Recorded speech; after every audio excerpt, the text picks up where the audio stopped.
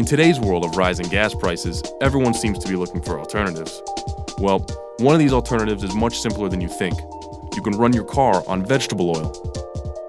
Hi, I'm Chase Emmons. I have a 2005 Volkswagen Golf that's been converted to run on vegetable oil. The reason I drive a Veggie Car is because vegetable oil is free, I get better mileage on diesel anyway, and it's a great hobby. You heard Chase correctly. Not only does a car get more mileage on vegetable oil than it would with gasoline, but the oil is free, collected from restaurants that normally would have to pay someone to dispose of it. The only requirement is that your car must have a diesel engine, and diesel on its own gets about 30% better mileage than gasoline. So why aren't more people driving diesel?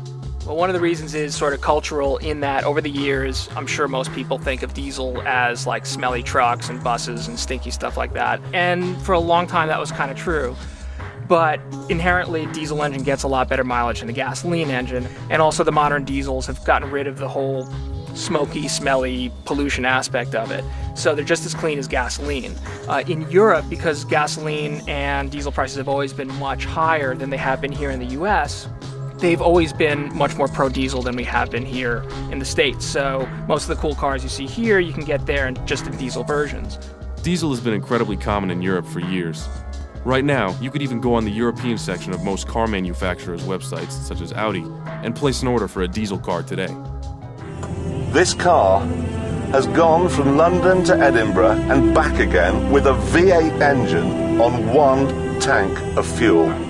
You might be asking yourself, how can a modern diesel car run off vegetable oil? Well, as long as you heat it up so that it gets as viscous as regular diesel fuel, it'll run on vegetable oil just fine.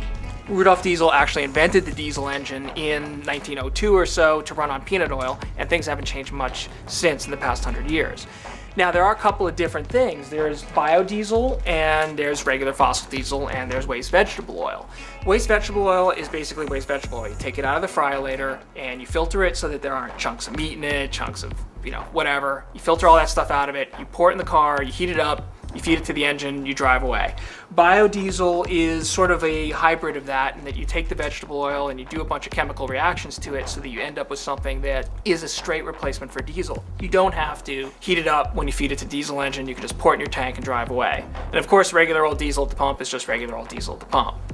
So what we have here is the vegetable oil that I collect from a restaurant, which they would otherwise have to pay to have hauled off. Basically, they put it back in the containers that they get it in. So this container once had brand new vegetable oil in it. Then they put in the used vegetable oil from the fryer. That's what's in here. What we have to do is filter that so that it's usable in the car, and we have to filter out all the gunk. What we have here is the nastiness that you find at the bottom of one of these before you run it through a filter. All right, so what's it take to turn this into usable fuel for the car? First, I take these when I get back from the restaurant and I pour them into these metal drums here.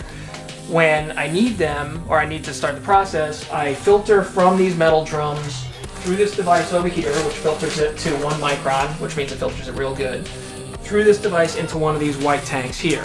So once I actually need fuel for the car, I end up filtering from one of these white tanks through this device one more time into this final drum here, which has a hand-cranked fuel pump, which I use to actually fill the veggie tank in the car.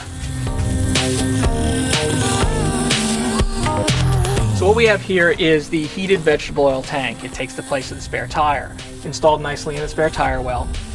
It basically holds all the vegetable oil and has a heating coil in it that comes from the engine. So as the engine warms up, it actually warms up vegetable oil as well. Once it hits 190 degrees, I hit the switch and I'm running on vegetable oil.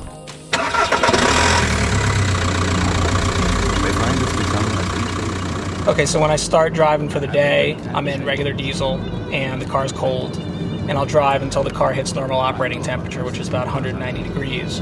And I know that by looking at just the stock temperature gauge on the dashboard. Once I hit 190, I know that by default, the veggie oil, which is heated by the engine, is also at 190. So I can switch to vegetable oil and just keep driving.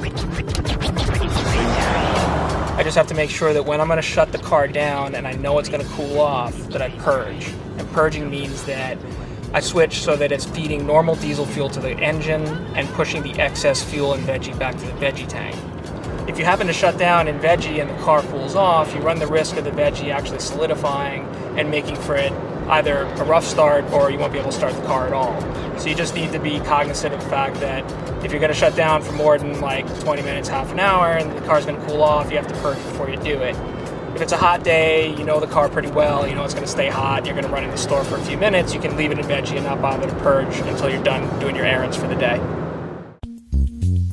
So how do you actually convert a diesel-powered car to run on vegetable oil? Hi, my name is Daryl Beck, Evergreen Motors, Greenfield, Massachusetts.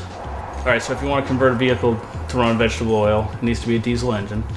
And it's real simple. Basically, you have a separate fuel tank and a couple switching valves, and you tie into the factory fuel system.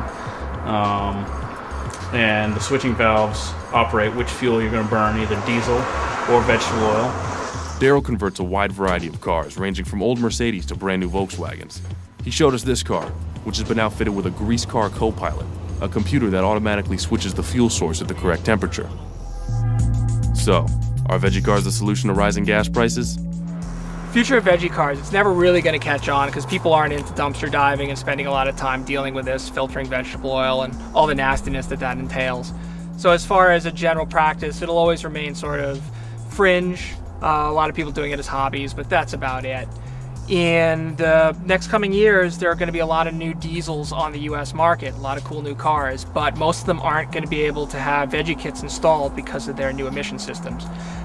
For me personally, I'm going to keep doing this. I love doing it. I love the fact that Veggie oil is free, that I'm paid by the mile for work.